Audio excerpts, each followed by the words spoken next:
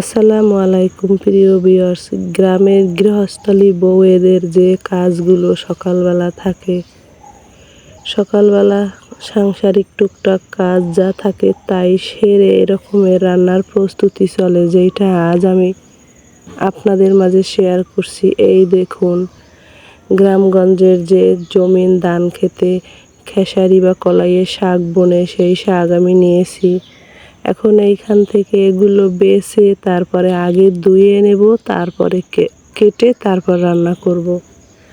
আর এরা সবসময় সলিড খাবারই খায়। এই দেখুন, খেতেও অসাধারণ।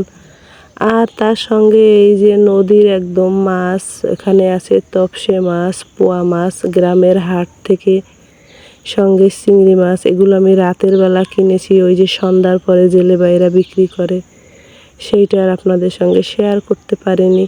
সকালবেলা এভাবে বরফ ছাড়িয়ে কেটে কুটে, এইটাও একদম ঝাল ঝাল বরিশালের যে ঐতিহ্যবাহী রান্না, সেইভাবে রান্না হবে।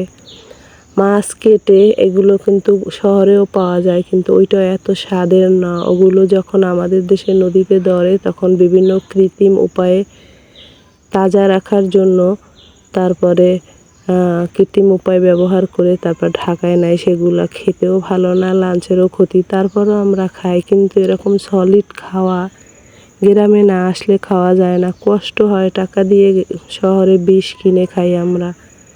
তো মাছগুলো কেটে ধুয়ে ফ্রেশ করে একদম লবণ হলুদ মরিচ দিয়ে মেখে ভালো করে তেলের উপরে ফ্রাই করে। বরিশালের রান্না বান্না সব মাছ এভাবে ভেজে রান্না করে, না হয় খেতে পারে না। অনেক অঞ্চলে মাছ কাঁচা কষিয়ে রান্না করে, সেইটার পুষ্টিগুণ কিন্তু পরিপূর্ণ পাওয়া যায়। কিন্তু আমাদের দেশের মানুষ ভাজা না হলে সেইটা খেতে পারে না। এই তো দেখুন, তেলের উপরে দিয়ে ডিপ করে ভেজে নিচ্ছি। এই ভাজাটা আবার হলুদ পাউডার মরিচ পাউডার আদা জিরা রসুন দিয়ে ফাইন করে কষিয়ে ধনেপাতা দিয়ে একদম গায়ে মাখা মাখা চচ্চড়ির মতো হবে। আর এটা খেতে যে কি সুস্বাদু কি বলবো প্রিয় ভিউয়ার্স, না খেলে বোঝা যাবে না। মাছের ভাজাতেই হয়েই গেলে এবারে চচ্চড়িটা করে নেব এইভাবে ভাজার পরে। আর গ্রাম বাংলার এই রান্না বান্না খাওয়া দাওয়া শহরে যারা থাকে কর্মর প্রয়োজনে, তারাদের দেখলে তাদের মন আনচান করে খাওয়ার জন্য। যারা প্রবাসে থাকে কি আর করার, ওই যখন আসবেন তখন খাবেন, এই তো, আর তো কিছু বলার নেই। আর এই দেখুন, মাছ ঝোলে পড়ে গেছে। এখন এই ঝোলটা কমে গেলেই হয়ে যাবে আজকের এই রান্না খাওয়া। ঢাকার মানুষ বা প্রবাসের মানুষ যারাই দেখবেন, ভালো লাগলে একটা কমেন্ট করবেন।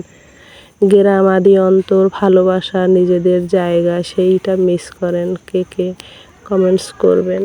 আর এরকমের মাটির চুলায় দোমা ওড়ানো, মানে ধোয়া ওড়া মাটির চুলার রান্না খাওয়া যে কত স্বাদের কি বলবো। তো মাছ তো আমার হয়েই গেল, এর সঙ্গে আরও রান্না বান্না আছে। এই যে দেখুন, গ্রামের যে ধান ক্ষেত বললাম, ওখানেই আবার মুগ ডালের চাষ হয় ধানের পাশাপাশি। দেখুন সেই ডাল রান্না হচ্ছে গ্রামের আঙ্গিনার এইটা ওলকপি রান্না হচ্ছে চিংড়ি দিয়ে। সব শেষে আমার সমস্ত রান্না করে আত্মীয় স্বজন নিয়ে খেতে বসে গেলাম। আলহামদুলিল্লাহ, আজকের খাওয়া খুবই ভালো জমে যাচ্ছে। এই যে কলাই শাকের ভাজা, মাছের ভাজা, তারপরে সবজি ওলকপি দিয়ে চিংড়ি রান্না। আলহামদুলিল্লাহ, আপনারা দোয়া করবেন আমার জন্য, আর আপনাদের জন্য দোয়া করি। আপনারা মাঝে মাঝে এভাবে গ্রামে এসে খেয়ে মন তৃপ্তি করবেন। আল্লাহ হাফেজ। আপনাদের শুভকামনা, আপনাদের সুস্বাস্থ্যর কামনা করে রাখছি।